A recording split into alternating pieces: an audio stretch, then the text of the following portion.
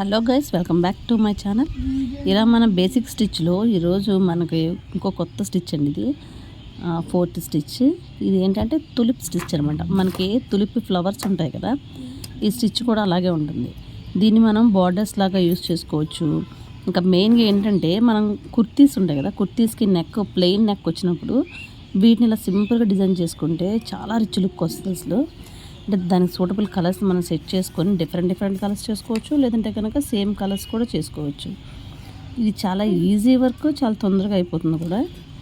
Okay, blouse already stitch చేసిన బ్లౌజెస్కి back side కూడా దీంతో ఈ స్టిచ్ చేసుకోవచ్చు. ఇది చాలా ఈజీ. జస్ట్ మనం గొలుసు కుట్టు ఎలా చేస్తామో అలా గొలుసు కుట్టేస్తాం.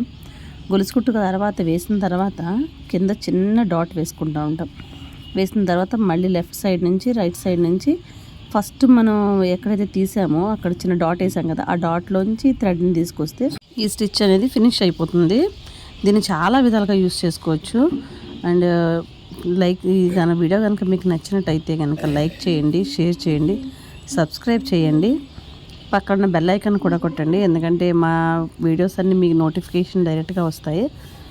సో కామెంట్ చేయడం మాత్రం అస్సలు మర్చిపోకండి ఇది ఎలా ఉందనేది.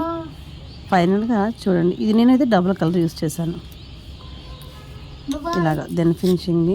ఎందుకంటే డబుల్ కలర్తో కూడా ఎలా ఉంటుంది అనేది డిఫరెన్స్ తెలుస్తుంది. ఎల్లో అండ్ మెరూన్ కలర్ అయితే యూస్ చేశాను నేను. చూడండి, స్టిచ్ అయితే మాత్రం చాలా ఈజీ, బార్డర్స్కి చాలా బాగుంటుంది. దీంతో ఒక చిన్న మోడల్ స్టిచ్ చేసి చూపించాను చూడండి.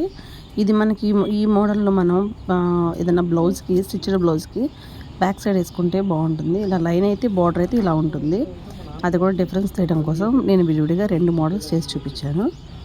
ఇలా అంటే మన బ్లౌజ్కి వెనకాల బ్లౌజ్ మొత్తం కూడా ఓన్లీ నాట్ ఓన్లీ లైక్ అంతా కూడా వేసుకోవడానికి బాగుంటుంది. నేను అన్నిటికీ కూడా వేరే వేరే కలర్స్ వాడాను, ఎందుకంటే మీకు మోడల్ క్లియర్గా అర్థం అవ్వడం కోసం.